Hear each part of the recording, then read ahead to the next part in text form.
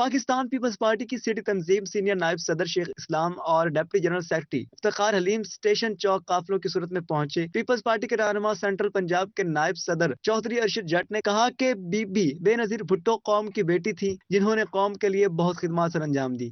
ساڈی be be شہید رانی نے پاکستان دی ترقی دے وچ اہم کردار ادا کیتا۔ بی بی شہید رانی جنہ چر بھی زندہ رہی انہوں نے پاکستان دی ترقی واسطے غریب عوام دی بھلائی واسطے بہت کام کیتا تے انشاءاللہ تعالی انہوں دا بیٹا بلاول بھٹو زرداری انشاءاللہ وہ بھی انہوں دے نقشے قدم تے چلدے ہوئے ہیں پاکستان نو ترقی دے راہ تے گامزن کرے گا اور انشاءاللہ تعالی پاکستان ترقی کرے گا۔ شہید محترمہ بے نظیر بھٹو کی برسی کے موقع پر ملک بھر سے پی پی کے جیلوں اور قائدین گھڑی خدا بخش روانہ ہوتے ہیں۔ کیمرہ ٹیم اور ساتھی رپورٹر مریم رضا کے ساتھ ارسلان دورانی، سٹی 41 فیصل آباد۔ اور ابھی آپ کو بتائیں فیصل آباد میں مسلم لیگ نون کی جانب سے غلام محمد آباد میں ورکرز کنونشن کا انعقاد کیا گیا، جہاں پر وفاقی وزیر داخلہ رانا ثناء اللہ خان نے خصوصی خطاب بھی کیا۔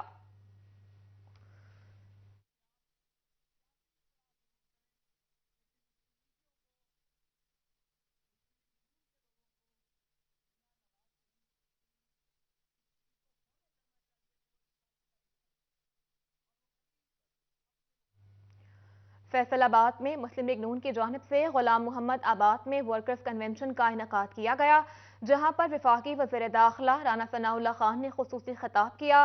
بڑی تعداد میں لیگی کارکنان ورکرز کنونشن میں شریک ہوئے، لیگی نغموں سے پنڈال گونجتا رہا۔ آپ کو بتا رہے ہیں فیصل آباد میں مسلم لیگ نون کی جانب سے غلام محمد آباد میں ورکرز کنونشن کا انعقاد کیا گیا، جہاں پر وفاقی وزیر داخلہ رانا ثناء اللہ خان نے خصوصی خطاب کیا، جبکہ بڑی تعداد میں لیگی کارکنان ورکرز کنونشن میں شریک ہوئے اور لیگی نغموں سے پنڈال گونجتا رہا۔ فیصل آباد میں مسلم لیگ نون کی جانب سے غلام محمد آباد میں ورکرز کنونشن کا انعقاد، وفاقی وزیر داخلہ رانا ثناء اللہ خان نے خصوصی خطاب کیا۔ بڑی تعداد میں لیگی کارکنان ورکرز کنونشن میں شریک ہوئے، جبکہ لیگی نغموں سے پنڈال گونجتا بھی رہا۔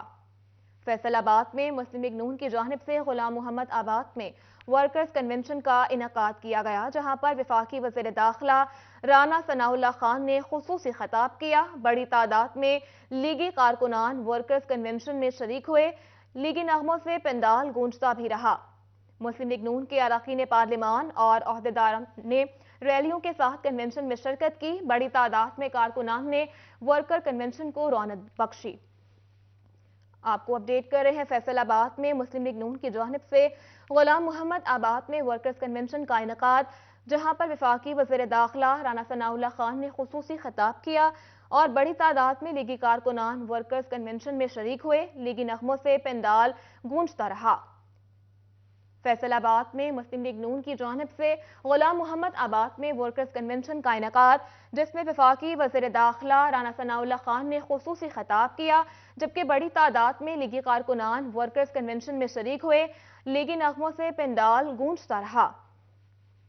فیصل آباد میں مسلم لیگ نون کی جانب سے غلام محمد آباد میں ورکرز کنونشن کا انعقاد، جہاں پر وفاقی وزیر داخلہ رانا ثناء اللہ خان نے خصوصی خطاب کیا۔ بڑی تعداد میں لیگی کارکنان ورکرز کنونشن میں شریک ہوئے، لیگی نغموں سے پنڈال گونجتا رہا۔ مسلم لیگ نون کے اراکین پارلیمان اور عہدیداروں نے ریلیوں کے ساتھ کنونشن میں شرکت کی۔ بڑی تعداد میں کارکنان نے ورکر کنونشن کو رونق بخشی۔ مقامی شاعر یاسر ملنگی اور گلوکار شجاع نے سردی میں بھی مجمع کو گرما دیا۔ لیگی مقررین نے بھی حاضرین کا جوش بڑھائے رکھا۔ مقابلہ ہوگا کارکردگی کا۔ 2013 سے 18 میں حکومت کا موقع ملا، یہ ملک اس وقت 16 گھنٹے کی لوڈ شیڈنگ اور روزانہ 6 سے 8 دھماکے ہوا کرتے تھے۔ فیصلے کا دن تھا پاکستان کا، آج فیصلے کا دن ہے۔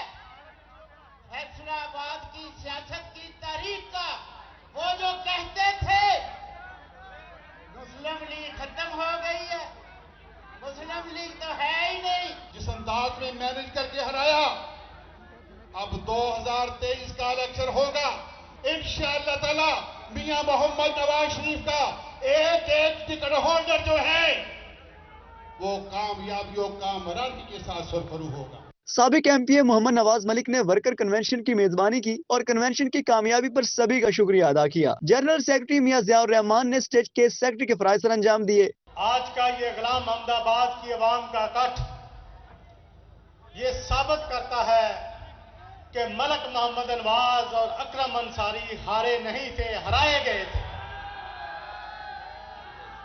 اور اس کے ساتھ ساتھ ٹوٹل مسلم لیگ کو فیصلہ آباد سے ہروایا ہی گیا تھا۔ ہمارا یہ وقت ثابت کرے گا کہ انشاءاللہ تعالی آنے والا الیکشن اللہ کے فضل و کرم سے پھر اس وقت شہر فیصل آباد سے مسلم لیگ نون ہی جیتے گی اور قائد محترم میاں نواز شریف چوتھی بار وزیر اعظم بنے گا۔